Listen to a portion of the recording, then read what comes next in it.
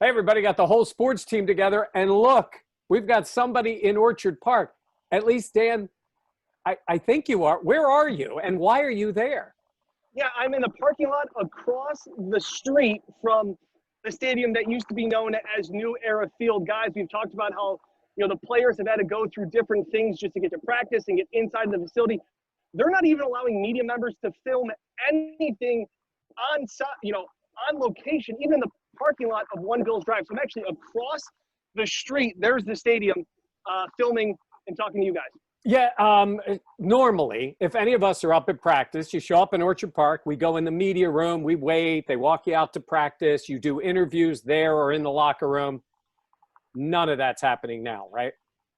No, completely different. Usually we wake up, we grab a cup of coffee, we walk over to St. John Fisher, and it's a breeze. Now, I woke up this morning, I had to fill out a questionnaire from the Bills. I had about 8 to 10 questions to allow me to get up there. Have I traveled to outside the country or to any states that are on the travel advisory list in New York? Have I had any symptoms? Have I been in contact with anybody with COVID? And then I pulled up to the facility. There was somebody waiting at the gate to make sure they got my questionnaire. And then I pulled up again and got my temperature taken before being parked pretty much off to the side of the facility. I'm not even inside the building. There's a separate gate to let us in, the media members, to go and film practice. So completely different setup entrance for the media this training camp here in Buffalo. All right, well, today we know it was the first day of the players being in full pads, and I'm curious, obviously everything's different for media members, for even just the protocols, but what is the actual on the field type of stuff looking like?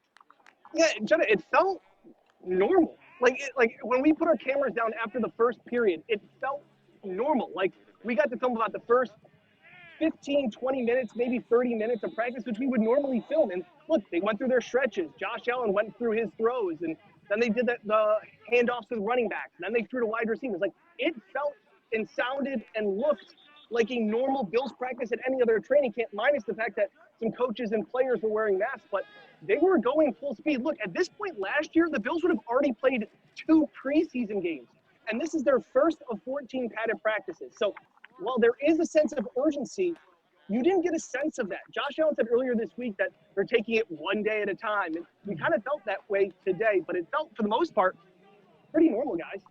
Now, Sean McDermott also talked about, like in his press conference, the fact that, the locker room, he thinks of that area as a sanctuary, but because of everything going on, they set up a tent. Now, did you see this tent that McDermott was referencing?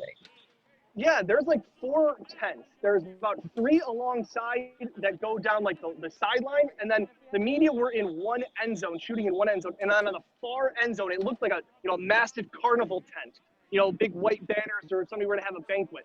So we were not able to get anywhere close to that, especially today. The defense was working on the far side of the field, so we didn't get a great look at the defense. But besides that, there were a couple of tents, which I'm sure they have at Bills camp also, but that big one that McDermott's talking about, that almost makeshift locker room, was on the far end from me. Yeah, he's talking about them being able to feel comfortable out there because the locker room itself, which is another difference. We've spent time, you walk around the locker room, you see the way the players interact. Media is not going to be in there, and even it's going to be different for the players. That's what everybody wants to know. How's Stefon Diggs look? I know you're only out there for a period of time, but everybody sees him there. They know Josh is going to be looking for him. How'd the new wide receiver look? Me and the sports director at our sister station in Buffalo, Matt Beauvais of WKBW, we both said, he looks really good. We're not going to get all worked up about, one practice, but just seeing Stefon Diggs, and it just clicked in our heads. Him catching the first rep from Josh Allen in a lot of the drills today. Last year at this point, that was Zay Jones. That was the Bills' technically number 1 wide receiver with that and John Brown. And you just see how with Diggs at number 1, and then you go to John Brown, and then you go to Cole Beasley, and all of a sudden you just start to see pieces that kind of fit in. It just looks different. Stefon Diggs looks different than any wide receiver that's been in Buffalo in quite some time. Quick, explosive. Not a big guy by any means. But those 2 rookies the Bills drafted in Gabe Davis and Isaiah Hodgins, massive human beings. Is there any other? Oh, that's what I was going to say. But in terms of Diggs, you only see some of those matchups. But my guess is Trey White's going to want to get his shot at Diggs in practice, right? They have to replicate competition. What better way for these guys to get ready and have the best corner go against the best wide receiver? It's funny that you say that, Mike. There were a couple of times right before the end of practice, obviously we're not allowed to film it. We weren't even allowed to tweet it until after practice. So after the first 15 to 20 minutes, nobody can tweet, nobody can take pictures of the media. Then as soon as practice is over, then you expect a flood of tweets and probably a lot of similar tweets. But practice ended today. They were going pretty much live, pretty much 11 on 11. And it got heated for a second. And Sean McDermott and the two sidelines almost started to come together, the defensive sideline and the offensive sideline. And McDermott kind of pushed everybody back. Get back. There was some jawing. And McDermott, you could hear him saying, you want to go again. Let's go again. And both sides said, we want to go again. On that last play, Mike, you're talking about competition. Josh Allen threw a 50-yard bomb to John Brown, who beat Trey White to make a diving catch for a touchdown. And instantly, everybody went, was that Josh? Yep. Was that Trey? Yep. Okay, as soon as this is all over, pretty much every media member walked outside of the facility and then tweeted it. It was a big play to end practice, and it felt very competitive, like you're talking about. It wasn't Trey on Stefon Diggs, but still a very heated moment. The offensive sideline rushed onto the field. Josh Allen jumped up into Mitch Morris's arms. It felt like that competitive nature that McDermott's been talking about. Now, I wonder, is there another player that you that caught your eye as well that you weren't maybe expecting to see, but like kind of popped when you saw him in person? Zach Moss is as big as he is a tank. He is as thick as Frank Gore was, stocky, his legs, just all of those things. He looked the part, and he stood out amongst the other guys. TJ Yeldon's a little bit taller, Devin Singletary's a little shorter, and it just seems like Zach Moss really popped out there. Another guy that was interesting, Brian Winters wore number 63, and he had a similar face mask, a similar neck roll, and had his jersey rolled up. Sorry, number 64.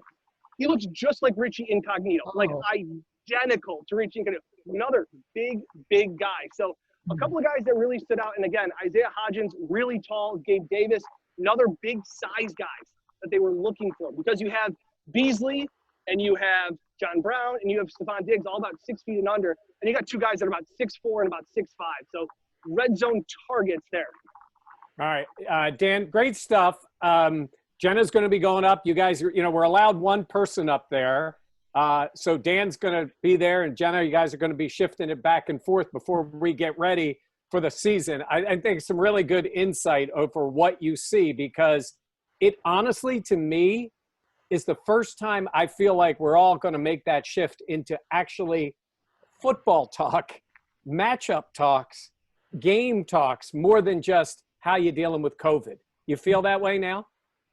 Yeah, this was the first sense of football could really happen. That we're starting to get that taste of it. And again, I can't stress enough. Yeah, it was weird getting a temperature check. Yeah, it was weird wearing a mask and seeing Sean McDermott wear a mask. But he still had on that Amazon hat. He still had his safari hat on, and the Bills were still flying around. Felt, minus the mask, it felt like a normal Bills practice at any other training camp.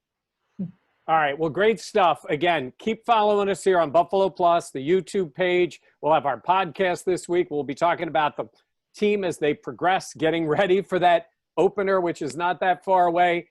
You are far away now. We can see the stadium in the distance. Look at that. There it is. The place formerly known as New Era, formerly known as the Ralph, formerly known as Rich Stadium. Still needs a new name, but at least it is football, and we are getting close. For Jenna Cottrell and Dan Fates somewhere in Western New York, I'm Mike Catalana. Thanks for watching.